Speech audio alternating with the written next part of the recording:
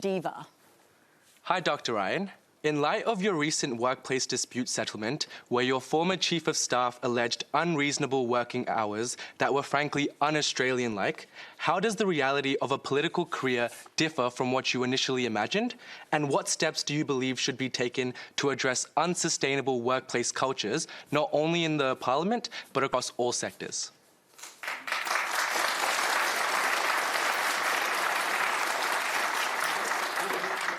Thanks, Aditi.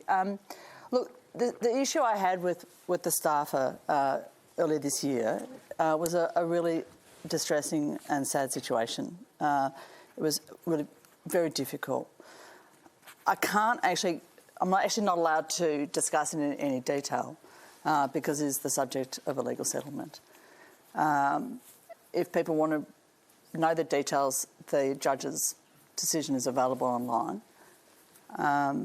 And I felt that I think I probably need to say that I felt that I acted with personal integrity throughout that matter. It is not a normal workplace. The Prime Minister said that in question time today. It is in no way a normal workplace, Parliament. It is a place where people work long hours and they work very, very hard. It is a challenging place to be. The Senate sat till 4:30 on Saturday morning. And this is a massive building, people saying they don't feel safe. It's hard to understand how you can put people through the sorts of hours that people do work in that place. So it does need changes. But I think it is a bigger picture. You know, before I came to Parliament, I worked in the public hospital system with junior doctors who were doing 24-hour shifts. When I was training, I used to do 36-hour shifts and then have one night off and come back and do it again. So yeah, things change over time. I'm not saying that that's okay. It wasn't okay, and it isn't okay in lots of industries. It's an issue that's not confined to Parliament. And I think there are generational changes in what people are prepared to do, the hours they're prepared to do, how they're prepared to balance work and life. And I think that generationally really quite difficult for many of us, especially in those workforces where there are shortages and you kind of feel like you have to do the work. So what do you think has to change in Parliament? Well, there is some thought about, if you look at the seats in Parliament, the size of our electorates is now almost 50% what it was in the early 1980s when there was last a redistribution. And there has been some thought about having more members of the House. But the problem with that is you have to then pay for politicians, and no one wants to pay for more politicians. Plus it would have repercussions for the Senate as well.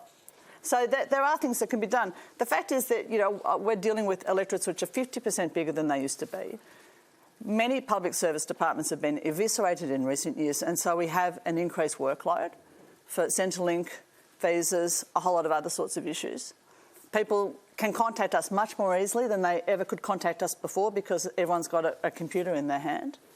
They get on the phone, they contact us about things. The workload is really quite significant, and so Australia might actually have to think seriously about increasing the size of the House, although I'm sure there'll be some pushback. Has there been changes in your own office, though, as a consequence of this?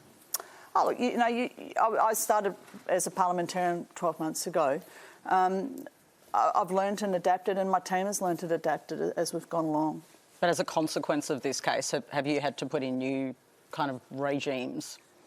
No, not really. I mean, the workload is what it is. There was, as you probably may know, an extra staffer allocated to all House of... In the budget? In the budget, yes. to all members of the House of Reps. Is that a consequence of this case? No, listen, about the individual case, I should say I know Monique and I also know the former employee. I've dealt with them very well in different regards, so I don't really want to talk about what you've resolved. I'm pleased you have a resolution. But the consequences for other stuff. Yeah, but there's a fundamental issue which Australians don't necessarily want to hear, which is, I'm not talking about the people in this audience or some people, but Australians sort of think the politicians are overpaid. They won't be happy till we're hitchhiking up the freeway and camping on the lawn of Parliament. And I understand that at one level, but at the other side of it, let's just tell it straight. In my own office, since I become NDIS Minister, this isn't through my portfolio, but I've had 21,000 matters come to us. Like, you don't want to burn your staff out. And also, when you're an electorate officer, no one ever goes to see your politician when you're happy, let's be really honest. And so it can be quite emotionally draining for your staff. They've got to put up with everyone who's unhappy with everything, and then you've got to answer for state governments, local council. So, yes, I'm pleased there's an extra resource.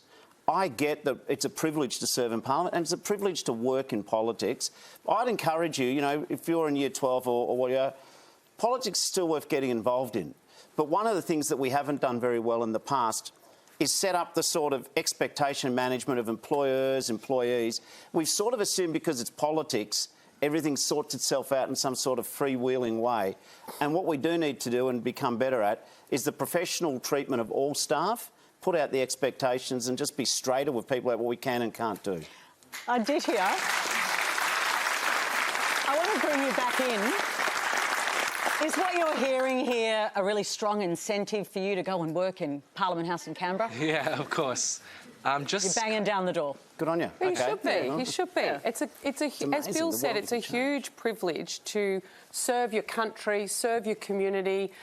We all love our country. We want our nation to be safer, stronger, more prosperous going forward, more sustainable. And we've just got different ways of making that happen. Yeah. It is a wonderful job. Yeah. Yeah, just coming back to what was alluded to. Now, obviously, this toxic workplace culture shouldn't be normalised in any industry. And sort of what Dr. Ryan sort of mentioned, this isn't just a problem in Parliament. Right. This is a problem that exists in all sectors, especially in hospitals. How should we address it across all sectors? Yeah, really good question. Bridget?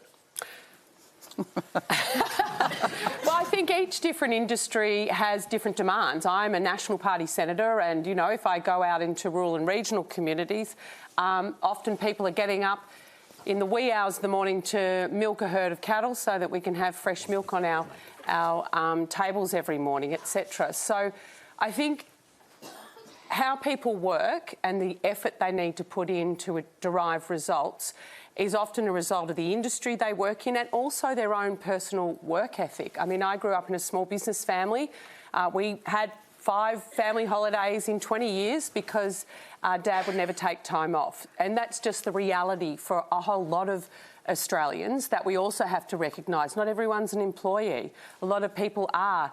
You know, it's mum, dad, the kids on a Saturday and maybe 1 or 2 others running a business, making sure they can pay the bills and keep a roof over their heads. So we need to have structures in place that are flexible enough to recognise that difference.